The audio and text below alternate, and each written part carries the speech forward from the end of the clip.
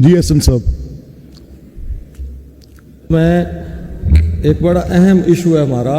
آج کل جو چل رہا ہے اس کا گندم کی جو پرچیزنگ کا ہے، تو میرا جو کسان ہے پنجاب کا بے حد پریشان ہے جناب اسپیکر۔ ابھی تک وہ پروسیس شروع نہیں ہوا،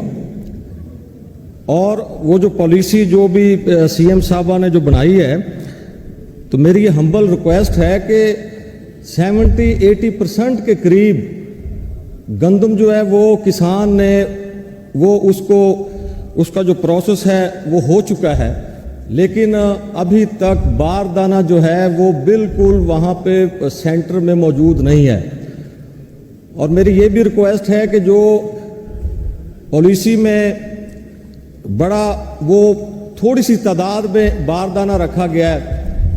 تو وہ ہمارے اوپر بہت پریشر ہے، بلکہ آپ بھی زمیندار ہیں، کسان ہیں۔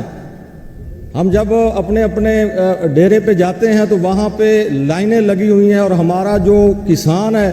وہ ذلیل و رسوا ہو رہا ہے۔ تو یہ کائنڈلی اس کا نوٹس لیں، یہ بے حد ضروری ہے۔ اور یہ پورے، کیونکہ پنجاب کا جو ڈیپینڈ ہے اس کے اوپر ہمارا، اس کے اوپر گندم کے اوپر ہے، تو اگر ایسے ہی کسان ذلیل و رسوا ہوتا رہے گا تو میرا خیال ہے کہ نیکسٹ جو ہے وہ پنجاب میں جو کسان گندم نہیں بیجے گا وہ پھر اور کوئی فصل بیجے گا۔ کیونکہ آج اگر ہم نے یہ توجہ نہ دی،